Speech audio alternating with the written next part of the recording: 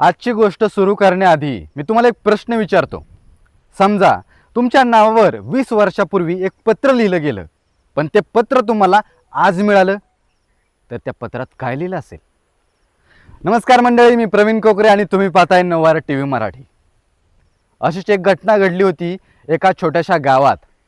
गावाचं नाव होतं नांदगाव. या गावात विठ्ठल काका नावाचा एक वृद्ध माणूस राहत होता. वय झालं होतं. बायको काही वर्षापूर्वी गेली होती. मुलगा मात्र शहरात राहत होता. पण गावात एक गोष्ट सगळ्यांना माहीत होती. विठ्ठल काका आपल्या मुलाचं नावसुद्धा घेत नव्हते. लोक विचारायचे, काका तुमचा मुलगा कधी गावात येतो का? ते फक्त एवढंच म्हणायचे, तो माझा मुलगा नाही. लोकांना वाटायचं बाप मुलाचं मोठं भांडण झालं असावं, पण खरं कारण कोणालाच माहीत नव्हतं. एक दिवस गावात पोस्टमन आला. त्याच्या हातात एक जुनी लिफाफी होती. त्यावर नाव होतं विठ्ठल गणपत पाटील. विठ्ठल काकांनी पत्र हातात घेतलं. लिफाफ्यावरची तारीख पाहून ते अक्षरशः थरथरायला लागले. 15 ऑगस्ट 2006 म्हणजेच तब्बल 20 वर्षापूर्वीचं पत्र होतं. काकांनी पत्र उघडलं नाही. ते पत्र घेऊन घरात गेले, पण गावातील अमोल नावाच्या तरुणाला हे सगळ्या कुतूहलाचं वाटलं. दुसऱ्या दिवशी त्याने काकांना विचारलं, काका त्या पत्रात काय आहे?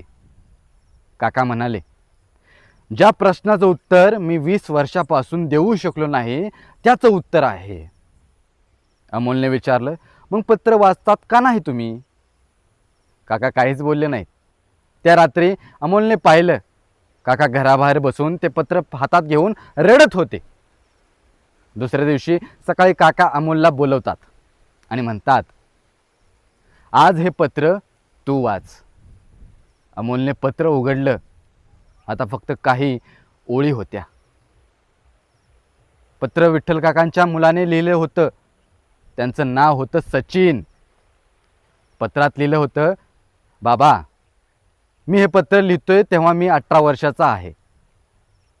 तुम्ही मला घरातून हकलून दिलतंय. तुम्ही गावात सगळ्यांना सांगितलं की मी तुमच्यासाठी मेलोय. पण मला माहीत आहे तुम्ही माझ्यावर रागावलेले नाही. तुम्ही मला वाचवण्यासाठी हे सगळं करत आहात. अमोल थांबला. त्याने काकांकडे पाहिलं. काका खाली मान घालून बसले होते. पत्रात पुढे लिहिलं होतं, बाबा सावकाराचं कर्ज तुमच्या डोक्यावर आहे. तुम्ही माझं शिक्षण बंद करून मला शेतीत कामाला लावणार होतात. पण मला माहीत होतं तुम्हाला माझं आयुष्य तुमच्यासारखं जगताना पाहायचं नाही. म्हणून तुम्ही मला गावातून हकलून दिलं. मी शहरात जातोय. मी मोठा झालो तर पहिल्यांदा तुमचं कर्ज फेडेन. फक्त एक विनंती आहे, माझी वाट पाहू नका. तुम्ही मला मुलगा मानलं बंद केलं तरी चालेल, पण माझ्यासाठी तुम्ही माझे बाबा कायम राहाल. अमोलच्या डोळ्यात पाणी आलं. पण त्याला एक प्रश्न पडला. तो काकांना म्हणाला, काका मग सचिन कुठे आहे? काका काहीच बोलले नाहीत. त्यांनी कपाटातून एक फोटो काढला. फोटोमध्ये सचिन होता आणि फोटोच्या मागे एक तारीख लिहिलेली होती. ती म्हणजे 15 ऑगस्ट 2007.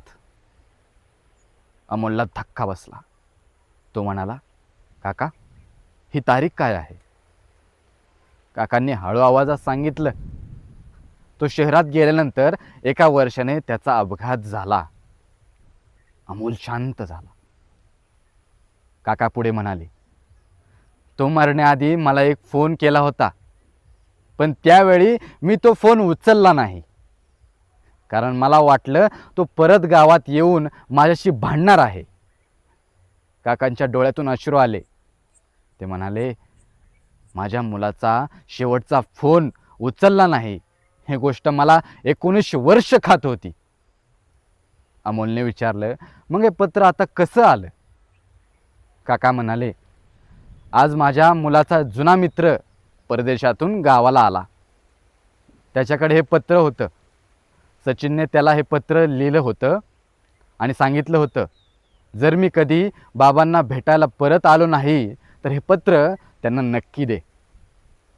काका पत्र छातीशी धरून रडू लागले आणि म्हणाले, माझा मुलगा मला सोडून गेला नाही रे, मीच त्याला माझ्यापासून दूर केलं.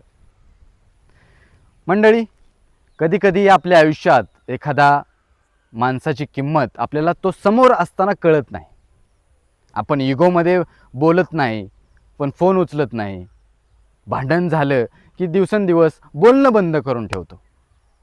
पण वेळ निघून गेल्यावर एक गोष्ट लक्षात येते, नातं जिंकण्यासाठी नाही, जपण्यासाठी असतं.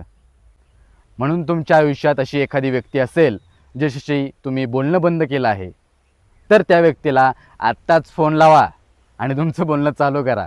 म्हणजे ती व्यक्ती आहे तोपर्यंत तुम्हाला तिचं मूल्य कळणार नाही, गेल्यावर परत तुम्हाला तिचं मूल्य कळेल.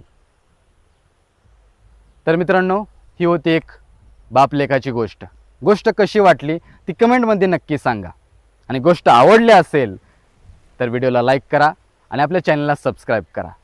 तर भेटूयात अशाच नवीन गोष्टींसोबत. तोपर्यंत धन्यवाद.